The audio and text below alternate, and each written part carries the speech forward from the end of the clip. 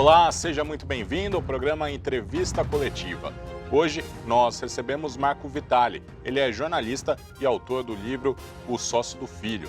E a gente vai falar um pouquinho sobre essas denúncias que ele traz no livro a respeito de Lulinha, o filho mais velho do ex-presidente Luiz Inácio Lula da Silva. Seja muito bem-vindo, Marco. Eu que agradeço estar aqui, muito obrigado aí, a oportunidade de te contar um pouco das histórias, das negociatas milionárias que estão narradas no livro Sócio do Filho. E aqui conosco, Rose Guglielminetti. Seja bem-vinda, Rose. Obrigada, Marcão. Obrigada por ter aceito o nosso convite. E eu posso começar fazendo a pergunta? Claro, sempre. Pois é.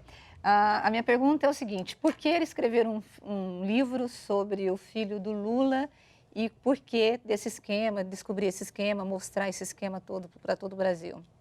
Então, Rose, essa é uma ótima pergunta. Eu trabalhei no Grupo Gol e, diga-se de passagem, não tem nada a ver com a companhia aérea de mesmo nome. E o Grupo Gol é um grupo no Rio de Janeiro que foi formado por Jonas Suassuna, pelo Fábio Luiz, o Lulinha, por duas pessoas até da região de Campinas, filho do ex-prefeito de Campinas, o Calil Bittar, Jacó Bittar. E eu trabalhei durante 7 anos nesse grupo, dentro de um discurso de moralidade, ou seja, não existia de forma aberta os ilícitos, não se falavam dessa maneira, mas na verdade existia uma verdadeira quadrilha ali que trabalhava através da influência do ex-presidente Lula. Eu trabalhei durante algum tempo, saio um pouquinho depois da Operação Aleté em 2016 e começo a fazer uma investigação e resolvi tornar pública uma história que dezenas de pessoas sabem dessa história, mas que ninguém tomou a iniciativa de contar de que forma que eles utilizaram o poder político do ex-presidente para angariar milhões através de contratos de fachada. Na verdade, foi uso do tráfico de influência. Exatamente. Que começa com uma venda de uma medida provisória das leis das telecomunicações que permitiu que a Oi comprasse, a antiga Telemar, a Brasil Telecom, e motivou pagamentos para as empresas do Lulinha e seus sócios de 1.200.000 por mês durante 4 anos. Esse é só um pedaço das negociatas que foram feitas, como outros negócios com o Sérgio Cabral, com o próprio ex-prefeito Eduardo Paes. O senhor era executivo nessa empresa, né, no Grupo Gol. Que o senhor começou a perceber? Como o senhor percebeu que existiam coisas estranhas acontecendo dentro da empresa? Marcos, a impressão que todos tinham ao entrar no Grupo Gol é que existia um luxo, uma ostentação que não condizia com os negócios que eram gerados. Tá? Para pontuar, eu entrei em 2009 e os contratos que, inclusive, eu vou conversar aqui, eles foram firmados em 2008, um ano antes da minha entrada no Grupo Gol. Então, as pessoas percebiam que tinha um dinheiro maior do que era o poder de negócio da empresa. Por quê? Porque, na verdade, através justamente dessa medida provisória, onde a Oi ela não poderia comprar, pela lei das telecomunicações, a lei de outorgas, ela não poderia comprar a Brasil Telecom, mas começa um movimento onde ela não só compra, como também compra com o dinheiro do próprio BNDES, em torno de 4 bilhões e 800 milhões, e pagando adiantado 200 milhões, mesmo não existindo amparo legal para compra.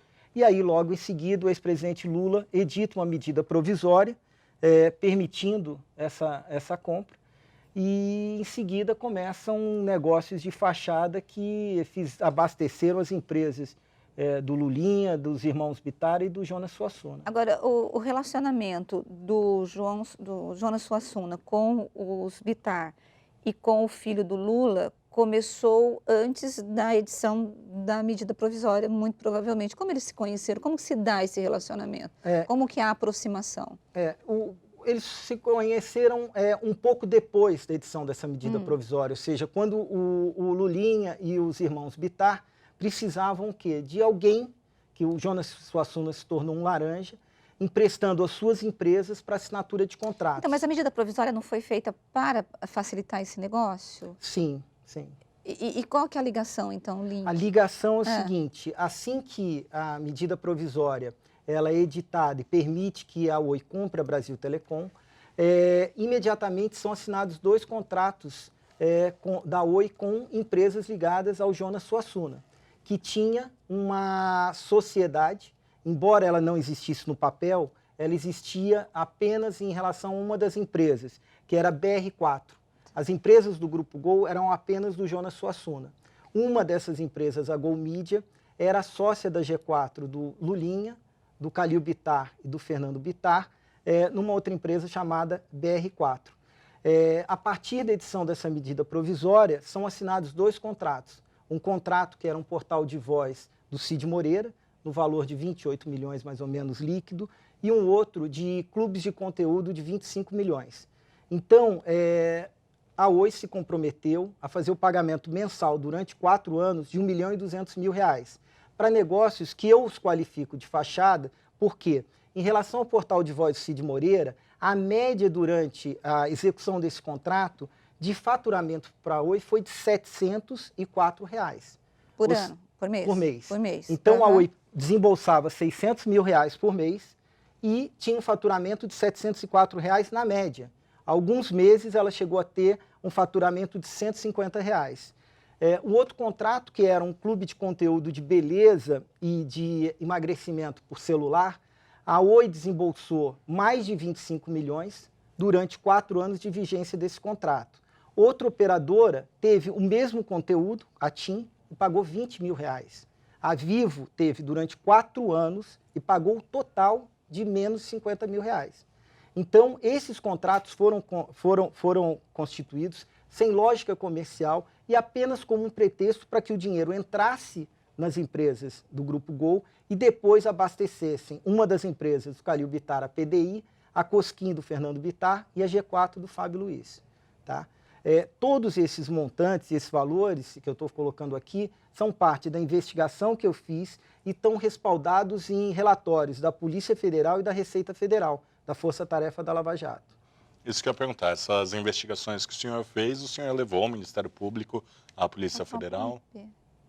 Sim, eu fui chamado, como todos os executivos da Gol, para explicar para a Força Tarefa da Lava Jato o que era realizado.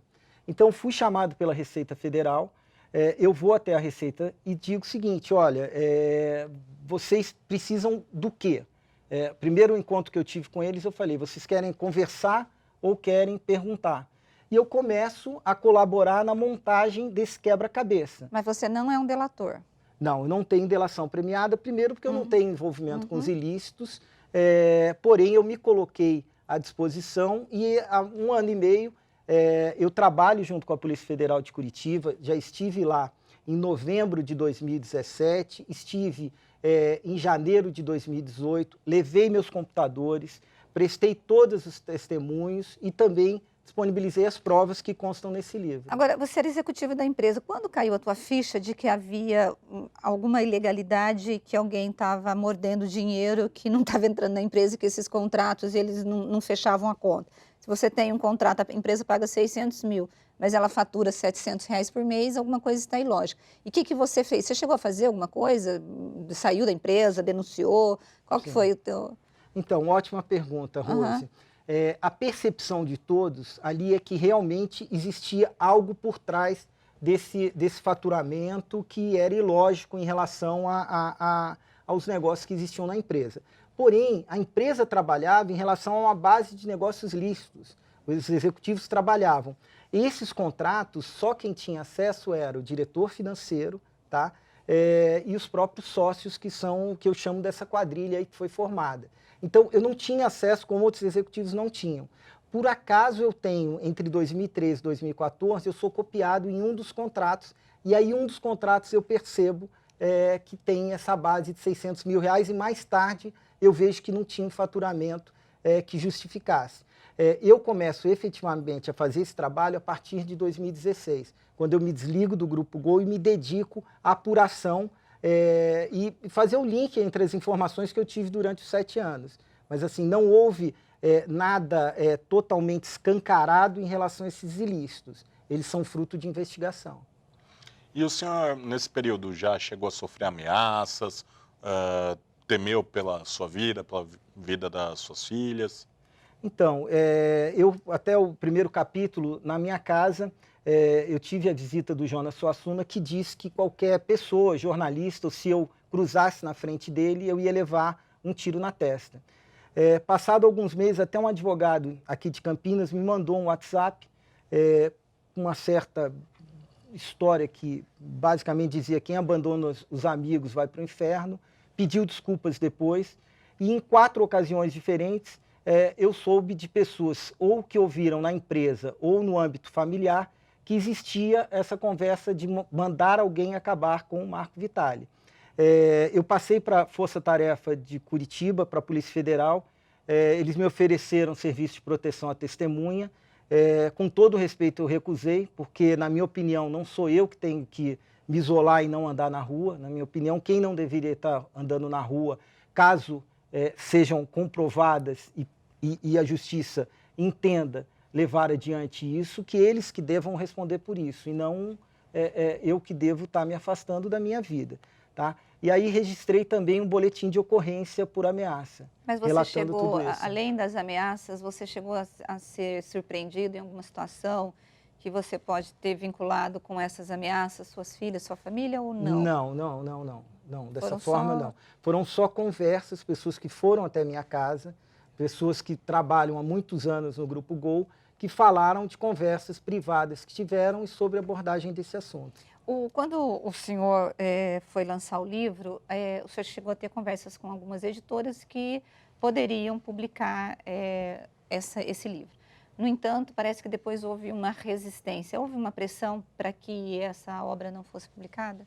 Então, editoras se interessaram, cheguei a assinar pré-contratos, termos de confidencialidade, só que elas desapareciam, sem motivo nenhum, e após trabalhos realizados com editores, e efetivamente depois eu fiquei sabendo que foi montado um grupo, que eu chamo até de força-tarefa interna, de ligando para editoras e dizendo que quem publicasse meu livro sofreria processos, algo do tipo. Eu levei o projeto adiante, de forma independente, fiz os primeiros 1000 livros, e hoje o livro já está na 3ª edição. É óbvio que eu não tenho distribuição nacional, não tenho nada nesse sentido, mas já foram 5.000 exemplares.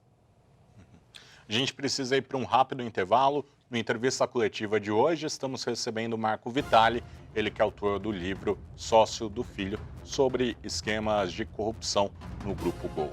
A gente vai para um rápido intervalo e volta já já.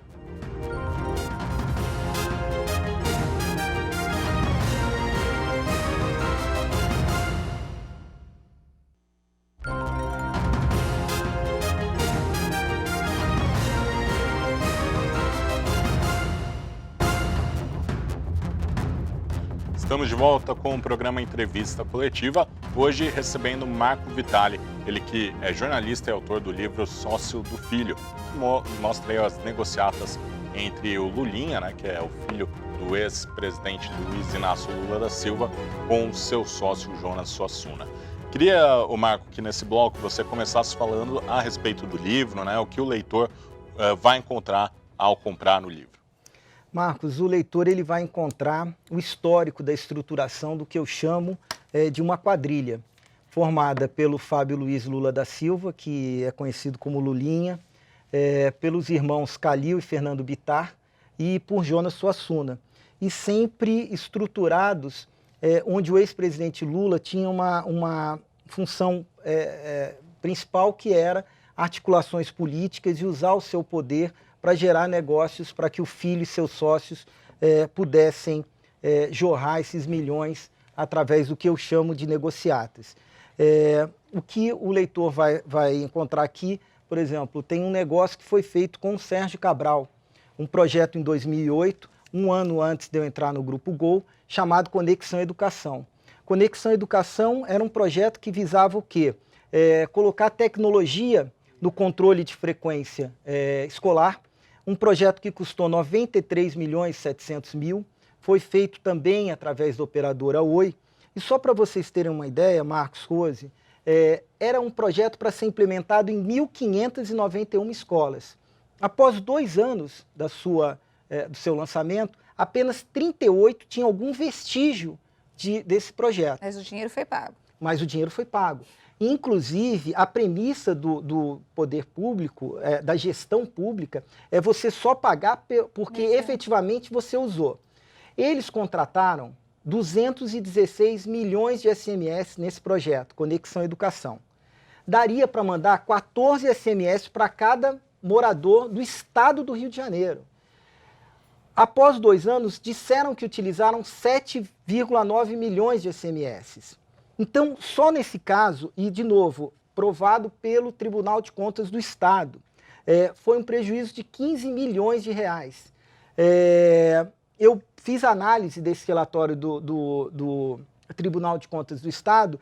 Em determinado momento, eu verifiquei no termo de referência que era o mesmo modelo utilizado pelo Grupo Gol.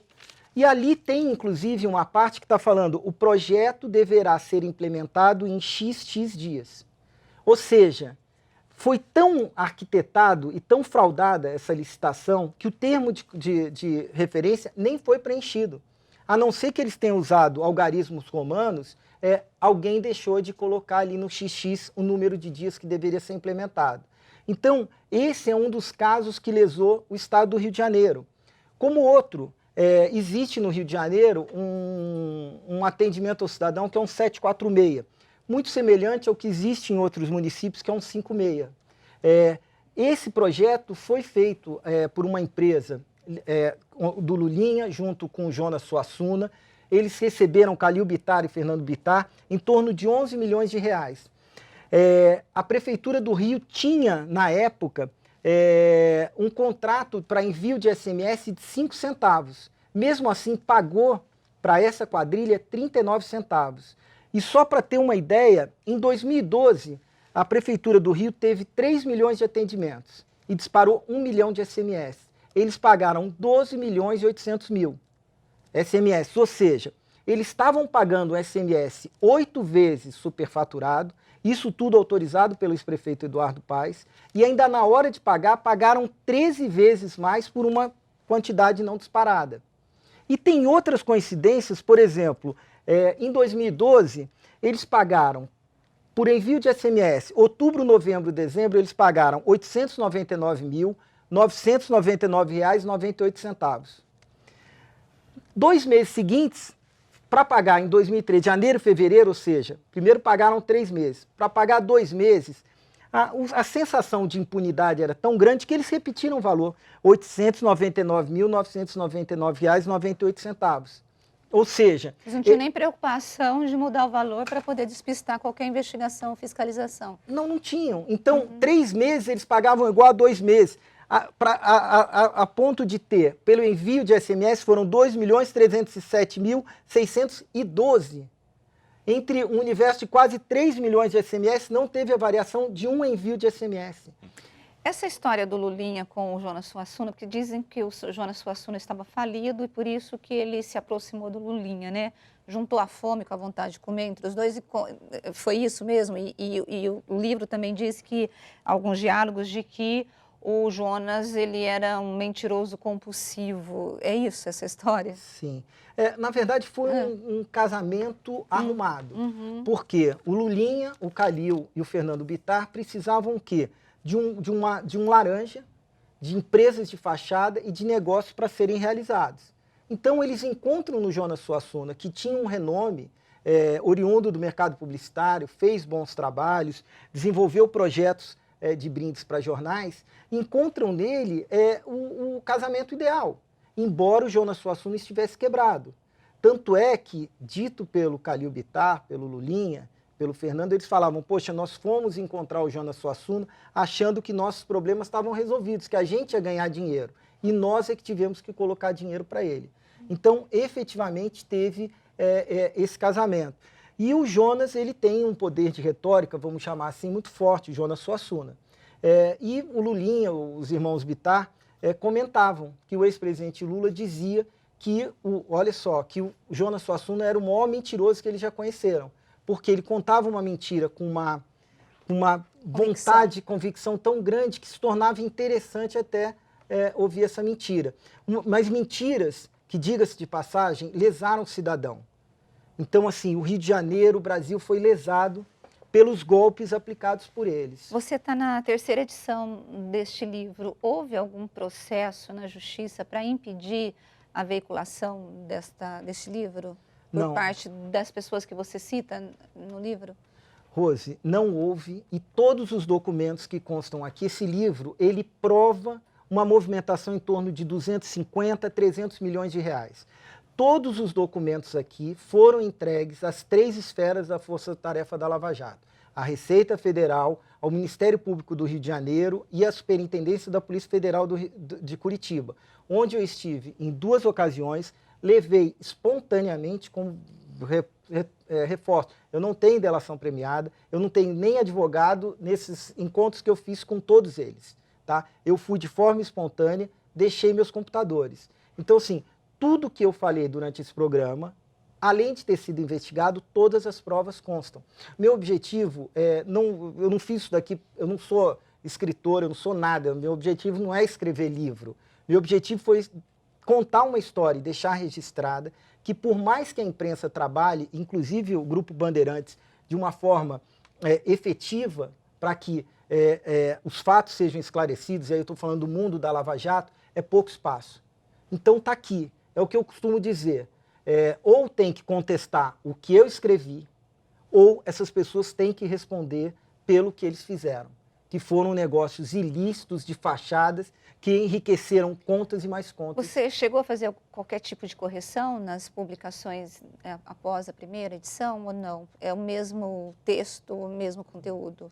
Então, talvez eu tenha corrigido uma vírgula, mas de conteúdo mesmo, de informação. Em relação às informações, tudo que está aqui, de forma responsável, eu apurei, disponibilizei, e como eu disse, os meus computadores, eles estão espelhados em Curitiba.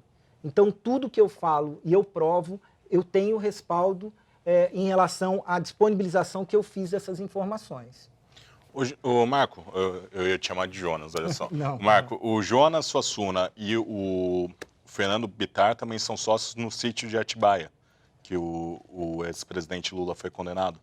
Eu costumo dizer o seguinte, o sítio sempre foi tratado como sítio do presidente Lula.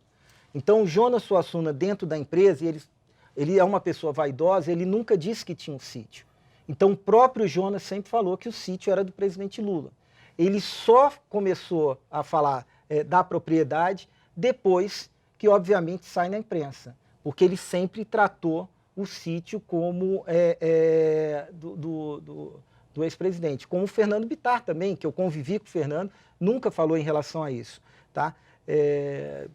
Então, eles nunca... O sítio sempre foi tratado como do ex-presidente Lula. E a publicação, o livro está sendo bem aceito? Como que está...